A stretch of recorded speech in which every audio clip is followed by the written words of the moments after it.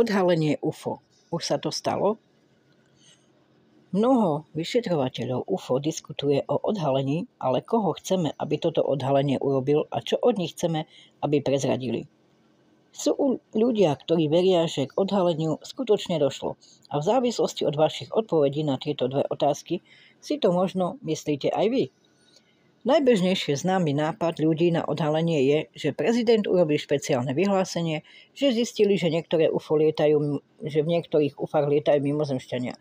Toto je druh zverejnenia, o ktorý sa občianska organizácia Citizen Hearing on Disclosure snaží tento víkend vo Washingtone DC National Press Club. Bude tam panel bývalých členov kongresu, ktorý prehodnotí 5-dňové svedectvá svedkov a výskumníkov UFO. Cieľom je inšpirovať skutočné kongresové vypočutia, ktoré prinútia prezidenta oznámiť, že to celý čas vedeli. Takéto odhalenie znie veľmi jednoducho. Mnohí z týchto ľudí však majú pocit, že vláda v tejto veci v súčasnosti klame. Ako by sme vedeli, že to, čo nám bolo povedané, je teraz pravda? Ak sa zastancovia tohto typu zverejnenia sa už domnievajú, že vláde nemôžeme veriť, prečo by dôverovali akémukoľvek oznámeniu. To je názor, ktorý často uvádza bývalý armádny plukovník John Alexander. Je presvedčený, že javy UFO sú skutočné a pravdepodobne majú mimozemský charakter. Domnieva sa však, že vládne odhalenie sa už stalo. FBI a letectvo sú dva príklady vládnych agentúr, ktoré majú v súčasnosti k dispozícii tisíce spisov o vyšetrovaní UFO. Alexander hovorí, že zverejnili celý svoj výskum, ale veľa toho neobjavili a sú rovnako zmetení ako my ostatní. Neoficiálna skupina priateľov v spravodajských kruhoch, ktoré Alexander pomáhal zorganizovať, vyvolala veľa povyku, ktorí sa zaoberali vládnym utajovaním UFO. Myslel si, že možno nájdu skupinu strážcov tajomstva. Zistil, že téma je tak trochu horúci zemiak. Nikto sa tým nechce zaoberať, pretože je to príliš zvláštne a obávajú sa výsmechu. Myslí si, že skutočný nedostatok seriózneho vyšetrovania zo strany vlády je spôsobený skôr neschopnosťou ako čímkoľvek iným. Cíti však potrebu oficiálneho vyšetrovania a obhajuje organizovaný výskum tejto témy. Ďalším vyšetrovateľom UFO, ktorý často hovorí, že odhalenie bolo dokončené, je doktor Stephen Greer. Bol v posledných týždňoch veľa v správach o svojom novom dokumente Sirius.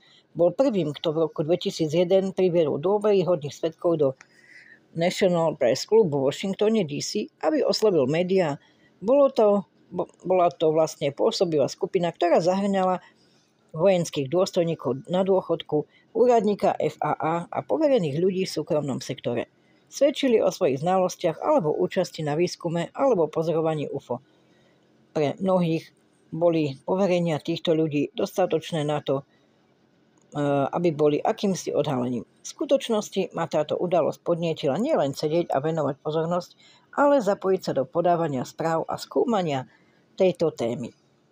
Iní majú pocit, že tajomstvá sú tak pevne zamknuté, že získať odpovede je oveľa ťažšie a komplikovanejšia úloha. Richard Dolan, historik a UFO, si myslí, že odpovede sú pravdepodobne uzavreté v hlbokých čiernych projektoch.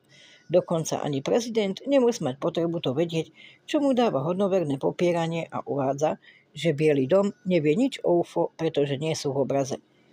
Ak nevieme, kde sú tajomstvá, ako sa k nim dostaneme my, prezident alebo dokonca kongres? Samozrejme je tu Jaden Smith, ktorý hovorí, že prezident Obama mu už prezradil pravdu o mimozemšťanoch. Jaden je 14-ročný syn Willa a J.D. Pickett Smithovcov. V rozhovore pre magazín Wonderland minulý týždeň povedal, že sa Obamu pýtal na mimozemšťanov, keď navštívil Biely dom so svojou rodinou. Povedal Wonderland: Hovoril som s prezidentom Obamom o mimozemšťanoch.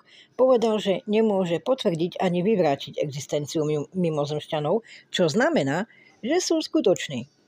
Ak si ľudia myslia, že sme jediní ľudia, ktorí žijú v tomto vesmíre, niečo s nimi nie je v poriadku. No to je samozrejme, to je logické. V jednom veľkom vesmíre nemôžeme byť sami a vesmír nie je jeden, hej. Je ich veľa. Ide o to, že existuje veľa myšlienok o tom, čo odhalenie skutočne znamená.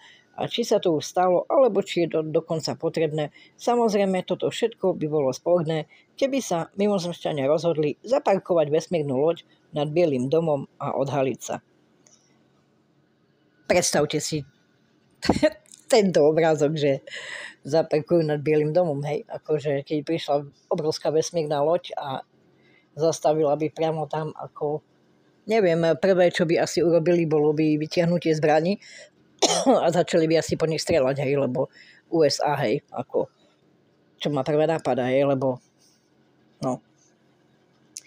Takže tak, no, čo vám poviem.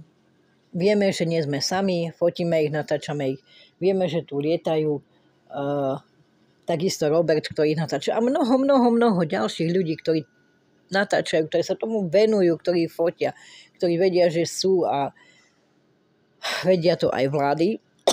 Slovenská to nerieši, ale určite americká áno. Každý vie, že tu nie sme sami.